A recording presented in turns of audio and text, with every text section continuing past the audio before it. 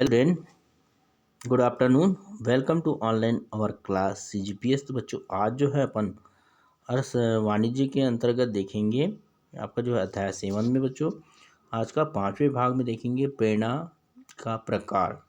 ठीक है, 5वें भाग में तो आइए देखेंगे प्रेरणा। प्रेरणा का मतलब होता है किसी कार्य को करने के लिए प्रेरित करना उसमें। ठीक है, टाइप ऑफ इंसेंटिव्स। तो प्रेरणा के प्रमुख दो प्रकार होते हैं बच्चों। पहला है मौद्रिक एवं अमौद्रिक प्रेरणा। मतलब मौद्रिक मुद्रा के द्वारा प्रेरित किया जाता है या अमौद्रिक किसी उत्साह के रूप में किया जाता है। दूसरा है धनात्मक एवं ऋणात्मक। कुछ कार्य को करने से बढ़ता है, कुछ कार्य क्या है घटता है बच्चों। ठीक है, तो अगला देखेंगे प्रेरणा के प्रकार। तो मौद्रिक एवं अमौद्रिक प्रेरणा और धनात्मक एवं ऋणात्मक प्रेरणा। ठीक है बच्चों, तो यहाँ पर देखेंगे मौद्रिक प्रेरणा के अंतर्गत जो दिया है आपको, मौद्रिक जो है मुद्रा के रूप में, जैसे वेतन, मजदूरी, भत्ता, बोनस, दीर्घकालीन लाभ, पेंशन, अनुलाभ, जो है भविष्य निधि में अंशदान, अवकाश वेतन, ये है मौद्रिक पैसे के रूप में। अमौद्रिक प्रेरणा जो है नौकरी की सुरक्षा रहना, पदोन्नति के अवसर, पुरस्कार तथा दंड, प्रतिष्ठा, भय का अभाव, समानता, कुशल एवं योग्य नेतृत्व, व्यक्ति की सुरक्षा, अधिकारों का भारणपन, कार्य संतुष्टि, प्रबंध में सहभागिता, जिम्मेदारी और आत्म संतुष्टि। तो चलिए देखेंगे बच्चों, फर्स्ट हम देखेंगे मौद्रिक और मौद्रिक प्रेरणा के अंतर्गत में। मौद्रिक प्रेरणा जो है मॉनेटरी इंसेंटिव्स, जब किसी व्यक्ति की संतुष्टि मुद्रा में की जाती है या मौद्रिक लाभ द्वारा व्यक्ति को जब प्रेरित किया जाता है, तब उसे क्या बोलते हैं, मौद्रिक प्रेरणा या प्रेरणाएं कहती हैं। मनुष्य की आवश्यकताएं असीमित होती, सभी बच्चों को मालूम है, और इन आवश्यकताओं को पूरा करने के लिए मुद्रा की आवश्यकता होती है बच्चों, सभी को, है ना। तो मौद्रिक प्रेरणा निम्नलिखित होती है। पहला है वेतन एवं मजदूरी, सैलरी एवं वेज। तो कार्य के बदले प्रत्येक कर्मचारी या श्रमिक को वेतन या मजदूरी अवश्य दी जाती है, किंतु वेतन या मजदूरी ही मात्र प्रेरणा नहीं है, अपितु क्या होते हैं, अनुपातिक रूप से अच्छा वेतन व अच्छी मजदूरी प्रदान करना ही प्रेरणा होती है। प्रत्येक कार्य या अच्छे कार्य के बदले अच्छी मजदूरी या वेतन प्रणाली का उत्तम साधन होता है। अब देखेंगे भत्ता, अलॉटमेंट, है ना, एलोवेंस जो है भत्ते अनेक प्रकार के होते हैं। इसमें कर्मचारी को कार्य के दौरान आवश्यकता सुविधा के लिए किए गए कार्यों की प्रतिपूर्ति के लिए पर्याप्त भत्ता प्रेरणा का उत्तम साधन माना गया है, क्योंकि जो है पर्याप्त भत्ता प्राप्त होने से कर्मचारी कार्य के लिए आवश्यक सुविधाएं उपलब्ध कराकर अच्छे से अच्छे ढंग से कार्य करेगा। ठीक है बच्चों, अगला देखते हैं यहाँ पर जो बताया गया है बोनस। बोनस भी आपको मालूम है सबको। बोनस का ऐसा है उस मौद्रिक लाभ से जो नियोक्ता द्वारा वर्ष में एक बार विशिष्ट पर्व या कंपनी को अधिक लाभ होने पर कर्मचारियों को प्रदान किया जाता है। अधिक बोनस कर्मचारी को अधिक कार्य करने के लिए आकर्षित करता है। जितना अधिक कार्य करेंगे उतना अधिक जो उत्पादन होगा, उससे उनके जो लाभ भी बढ़ेगा, उसको बोनस भी अधिक मिलेगा बच्चों। अगला देखेंगे यहाँ पर दीर्घकालीन लाभ, लॉन्ग टर्म बेनिफिट्स। क्या होता है, दीर्घकालीन लाभ भी कर्मचारी को कार्य के लिए प्रेरित करती है। दीर्घकालीन लाभों में अंश या ऋण पत्र, ब्रांड आदि आते हैं। अच्छे कार्य करने वाले कर्मचारियों को अंश जो है ऋण पत्र या ब्रांड्स जारी कर इन पर प्राप्त होने वाले लाभांश दीर्घकालीन तक कर्मचारी को आय प्रदान करता है, जिससे दीर्घकाल तक कर्मचारी कार्य के प्रति प्रेरित रहता है। अब आते हैं बच्चों, यहाँ पर देखेंगे पेंशन। तो पेंशन इंग्लिश में भी पेंशन बोला जाता है। पेंशन समानता सेवानिवृत्ति होने के पश्चात ही दी जाती है, जब वहाँ पर कार्य के लिए छूट जाता है, मतलब कि एक उम्र के तहत उसको समाप्त हो जाता है उसका कार्यकाल, तो उसको क्या किया जाता है, पेंशन दिया जाता है। एक लंबी सेवा के पश्चात व्यक्ति कार्य के अयोग्य ठहराकर उसे सेवा की निवृत्ति कर दी जाती है, जिसको बोलते हैं रिटायर। ऐसे व्यक्ति को अपनी भरण पोषण के लिए एक निश्चित राशि उसके जीवन पर्यंत प्रदान की जाती है, उसे पेंशन कहते हैं। पेंशन एक ऐसी प्रेरणा है जो संपूर्ण सेवा काल में कार्य के प्रति आकर्षित करती है। पेंशन अच्छे कार्य एवं संपूर्ण सेवा काल के पश्चात दी जाती है। अगला है अनुलाभ, है ना, फ्रिक्विसिटीज। तो अनुलाभ से आशय नियोक्ता द्वारा कुछ आवश्यक सुविधाएं उपलब्ध कराने से, जैसे किराया मुक्त मकान, मुक्त बिजली, कार, टेलीविज़न, पानी, गैस सुविधाएं आदि। चूंकि इन सुविधाओं से कर्मचारी का व्यय बच जाता है, अतः इसे कर्मचारी की मौद्रिक आय शामिल किया जाता है। यह अच्छे कार्य के लिए प्रेरणा का कार्य करता है। प्राइवेट क्षेत्रों में इन सब सुविधाओं के कारण अब नवयुवक प्राइवेट क्षेत्रों में कार्य के प्रति क्या हो रहे हैं, आकर्षित हो रहे हैं, जो अनुलाभ के अंतर्गत। अगला देखेंगे बच्चे, भविष्य निधि में अंशदान, कंट्रीब्यूशन इन प्रोविडेंट फंड। कर्मचारी के भविष्य के लिए उसके भविष्य निधि में एक निश्चित राशि प्रति माह जमा करना भविष्य निधि में अंशदान कहा जाता है। इससे क्या है, कर्मचारी अच्छे सेवा की ओर क्या होते हैं, अग्रसर बढ़ते रहते हैं। अगला देखेंगे, अवकाश वेतन, लीव सैलरी, मतलब जो छुट्टी होने के बाद भी उनके अवकाश के रूप में प्राप्त होते रहते हैं। कर्मचारी को ऐसे अवधि का वेतन पाने का सुविधा प्रदान करना चाहिए जिससे कि उपयोग उसने नहीं किया है। कर्मचारी को वर्ष में सामान्यतः 30 दिन का अवकाश वेतन प्राप्त होता है। इस सुविधा से कर्मचारी अवकाश का उपभोग कम से कम करता है, वह अधिक से अधिक कार्य के प्रति क्या होते हैं, प्रेरित होते हैं। अगला देखेंगे बच्चों, यहाँ पर अमौद्रिक प्रेरणा के अंतर्गत जो बहुत सारा बताया गया आपको, तो यहाँ पर देखेंगे नॉन मॉनेटरी इंसेंटिव्स। जब कोई व्यक्ति को मुद्रा या धन के अतिरिक्त अन्य किसी ढंग से संतुष्ट किया जाता है तो इस प्रेरणा को अमौद्रिक प्रेरणा कहा जाता है। अमौद्रिक प्रेरणा में मुद्रा का या कोई स्थान नहीं होता यहाँ पर, और ना ही इसे मुद्रा में नापा या तौला जा सकता है। अमौद्रिक प्रेरणाएं पूर्णतः जो है सामाजिक व मनोवैज्ञानिक तरीकों की होती है।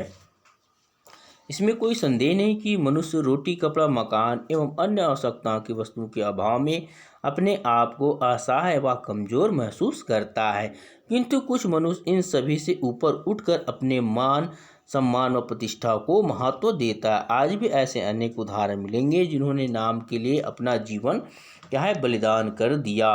कुछ लोग झोपड़ी में रहकर एक समय ही भोजन करना पसंद करते हैं, लेकिन चोरी या दास्ता स्वीकार कभी नहीं करते। कुछ समय के लिए कल्पना करें कि हम अच्छा वेतन दिया जा रहा है और मन सम्मान कुछ भी नहीं है, अपितु तिरस्कार, अपमान व घृणा स्वरूप हमें देखा जा रहा है, तो क्या है ना, तो क्या हम ऐसी जगह काम कर सकेंगे? कदापि नहीं करते। इसलिए कहा गया कि मनुष्य केवल रोटी, कपड़ा, मकान से जीवित नहीं रहता, अपितु उसके साथ साथ उसके अपनी प्रतिष्ठा, सम्मान आदि की भी आवश्यकता है।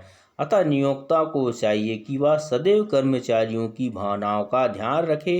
प्रमुख गैर मौद्रिक प्रेरणाएं निम्नलिखित होती है। तो सबसे पहले हम पढ़े थे बच्चों, यहाँ पर बताया गया था आपको नौकरी की सुरक्षा, सेफ्टी ऑफ जॉब। कर्मचारी के लिए अधिक वेतन सुविधाओं से ज़्यादा महत्वपूर्ण होता है नौकरी की सुरक्षा, क्योंकि बेरोजगारी के वातावरण में रोजगार का विशेष महत्व है। कर्मचारी अपने नियोक्ता या स्वामी से यही उम्मीद रखता है कि उसे नौकरी से ना निकाला जाए। युवा अवस्था में अच्छी नौकरी प्राप्त होने पर यदि जीवन के अंतिम काल में नौकरी से निकाल दिया जाए तो यह स्थिति काफ़ी दुखदायी होती है, क्योंकि उनकी सुविधा का कोई साधन नहीं होता। अतः कर्मचारी अन्य सुविधा व मुद्रा से अधिक नौकरी की सुरक्षा चाहता है। नौकरी की सुरक्षा के कारण ही निजी उपक्रमों से शासकीय प्रतिष्ठानों की ओर नौकरी का लगाव अधिक होता है। अगला देखें, पदोन्नति के अवसर, अपॉर्चुनिटीज ऑफ प्रोमोटेशन। मतलब प्रत्येक व्यक्ति अपने सेवा काल में बड़े से बड़े पद पर पहुंचने की आकांक्षा रखता है और इस हेतु वह पूर्ण लगन व मेहनत से कार्य करता है। अतः सेवा योजक जो है एम्प्लॉयमेंट की जिम्मेदारी बनती है कि वह अपने उपक्रम में पदोन्नति के प्राप्त अवसर की व्यवस्था रखे तथा योग्य, कुशल व अनुभवी व्यक्ति को ही पदोन्नति का लाभ दिया जाए। अन्यथा पक्षपात व सिफारिश पर पदोन्नति करने से प्रबंध में कैंसर जैसा रोग हो सकता है। तो पदोन्नति ना मिलेगा तो पदोन्नति का जो असर उसमें नहीं हो पाएगा, ताकि वो आगे बढ़ ही नहीं पाएगा बच्चे ना। तीसरा, पुरस्कार तथा दंड, रिवार्ड एवं पनिशमेंट। प्रत्येक कर्मचारी अच्छे कार्य का पुरस्कार चाहता है, किंतु गलत कार्य के दंड से जी डरता भी है। अतः अच्छे कार्य के परिणाम स्वरूप पुरस्कार की व्यवस्था अवश्य करनी चाहिए, जिससे कर्मचारी इसी प्रेरणा से पूर्ण क्षमता से और कार्य करे, तथा गलत कार्य हेतु दंड भी अवश्य देना चाहिए। जिससे गलत कार्य की पुनरावृत्ति ना हो और सभी कर्मचारियों को यह आभास हो जाए कि गलत कार्य हेतु दंड अवश्य मिलेगा। इतना ही नहीं, लगातार गलतियां करने व अवसर देने पर भी सुधार ना हो तो सेवा मुक्त का भय भी देना चाहिए ताकि आपको यहाँ से निकाला जाए। अगला है प्रतिष्ठा, स्टेटस बोलते हैं जिसको। समाज का प्रत्येक व्यक्ति अपना मान सम्मान चाहता है। आप किसी बड़े दफ्तर में जाकर दफ्तर के चपरासी को चपरासी साहब या क्लर्क को साहब कह दीजिए, फिर देखिए आपका काम कैसे नहीं होता। बस यही प्रतिष्ठा या मान सम्मान होता है। भय का अभाव, लैक ऑफ फेयर। यह बात सत्य है कि मनुष्य भय से अच्छा कार्य करता है, किंतु अच्छा कार्य लंबे समय तक अच्छा नहीं होता है। लंबे समय तक श्रेष्ठ कार्य के लिए कर्मचारी में किस प्रकार का दंड या डर नहीं होना, भय या डर नहीं होना चाहिए। भय या डर कभी कभी जो उपक्रम में अशांति व क्रांति का वातावरण पैदा कर देता है, अतः भय की भावना उपक्रम से निकाल देनी चाहिए। कुछ विद्यार्थी भी अपने शिक्षक या माता पिता के भय के कारण पढ़ते हैं, उनसे छूट होते ही वे अपने स्वभाव पर आ जाते हैं, अतः भय का अभाव भी एक अमौद्रिक प्रेरणा है। अगला देखिए बच्चों, मान्यता, रिकॉग्नाइजेशन। मेरी कुसिंग है ना, कुसिंग नाइल्स, मेरी कुसिंग नाइल्स के अनुसार कार्य को मान्यता और मनुष्य को एक मानवीय प्रेरणा या प्राणी होने के नाते मान्यता प्रदान करना अच्छे कार्य की प्राप्ति का सार है। अतः कर्मचारी को एक या उसके कार्य को मान्यता देनी चाहिए। कुशल एवं योग्य नेतृत्व। तो बच्चों यहाँ पर बताया गया कुशल एवं योग्य नेतृत्व में कॉम्पिटेंट एंड एबल लर्नर्स का लीडरशिप। किसी अधीनस्थ कर्मचारी द्वारा कार्य का निष्पादन किस क्षमता से किया जाता है इस बात पर भी निर्भर करता है कि उसका अधीनस्थ अधिकारी का नेतृत्व कितने योग्य और सक्षम है। श्रेष्ठ कार्य कुशल व योग्य नेतृत्व से कर्मचारी कार्य के प्रति प्रेरित होते हैं। व्यक्ति की सुरक्षा, सेफ्टी ऑफ पर्सनल। प्रत्येक व्यक्ति कार्य के दौरान अपनी प्राण एवं शरीर की सुरक्षा अवश्य चाहता है, अर्थात कार्य के दौरान यदि पूर्ण सुरक्षा प्रदान कर दी जाए तो कर्मचारी बिना किसी अतिरिक्त आय के कार्य की ओर प्रेरित होते हैं।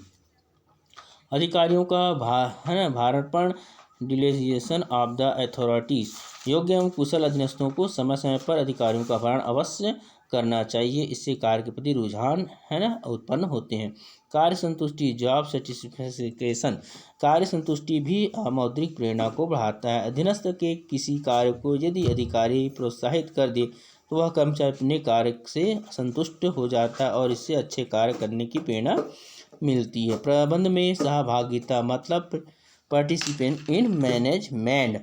जब कर्मचारी के समूह से एक या कुछ कर्मचारी प्रबंधकीय कार्य में शामिल कर लिए जाते हैं तो इससे समस्त कर्मचारियों का अहित होने की संभावना कम रहती है। इसी आशा से कर्मचारी उत्तम कार्य की ओर प्रेरित होते हैं।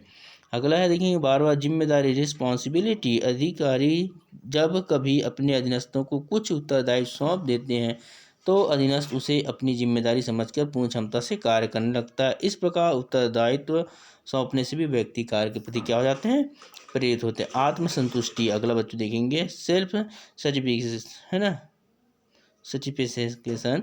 तो प्रत्येक स्वाभिमानी व्यक्ति अपने कार्य का प्रतिफल आत्मसंतुष्टि से लेता है, अर्थात उसे जो कार्य सौंपा गया है यदि वह पूर्ण निर्धारित समय व स्तर के अनुकूल पूर्ण हो जाए तो अपने आप को अत्यंत ही गौरवान्वित महसूस करता है। यही आत्मसंतुष्टि से प्रेरणा की ओर क्या करता है, प्रेरित करता है। उपयुक्त समस्त अमौद्रिक प्रेरणाओं का उद्देश्य आत्मसंतुष्टि है। इसका परिणाम कार्य की प्रेरणा होता है। तो अगला देखेंगे बच्चों धनात्मक एवं ऋणात्मक प्रेरणा के अंतर्गत आज के लिए गुड डे बेटा 5वें भाग में 6वें भाग में